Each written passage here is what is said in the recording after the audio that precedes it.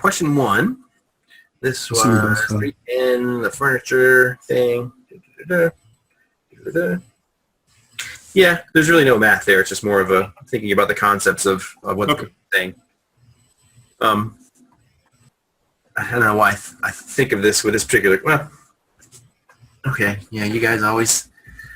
I feel like I can share more with my Zoomers. You guys are offended by me calling you Zoomers, but I always think about people talk about pollution abatement and how this is more of a public policy thing, but people will say things like, we need to get rid of all pollution from the air, and that's fine as far as a goal is, I suppose.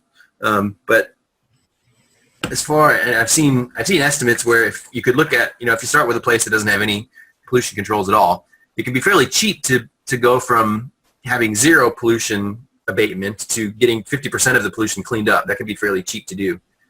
Going from having 50% of the air cleaned to 75% of the air cleaned becomes more expensive.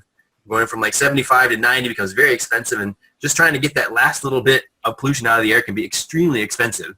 So it's kind of, but again, people will have those goals, and they'll say, well, we need to get rid of all pollution altogether. So this guy's kind of saying something similar.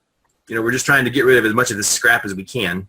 We're trying to minimize the amount of scrap as we can. And that's fine. Because again, you don't want to throw away dollars worth of wood scrap.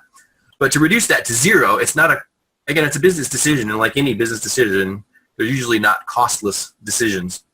So, deciding to do one thing or another is always usually going to incur some kinds of costs. I remember we had a committee meeting at LSUS, probably the second or third year I was there. For some reason, I was on this committee. And I guess they were talking about attracting new students.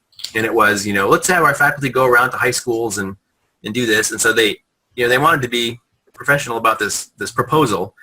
So they had like the objectives, and this is what the faculty would do. And then it had a cost section at the bottom, because you want to figure out, well, if we're going to do this new marketing plan, then how expensive is it going to be? And so that, one of the proposals was have our faculty go out to the different high schools and give a presentation every other week or whatever it is to all these interested juniors and seniors. And at the bottom it said the cost was zero.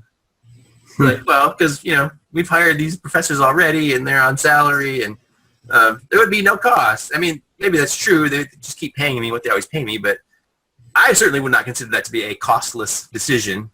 I mean, it's 2 hours out of my time every 2 weeks to go around to this high school. So it's certainly not costless for me. And that's kind of the angle I think that they're looking for with that particular question. So is it always good to reduce your waste to zero? I almost said absolute zero for some of you chemistry nerds out there.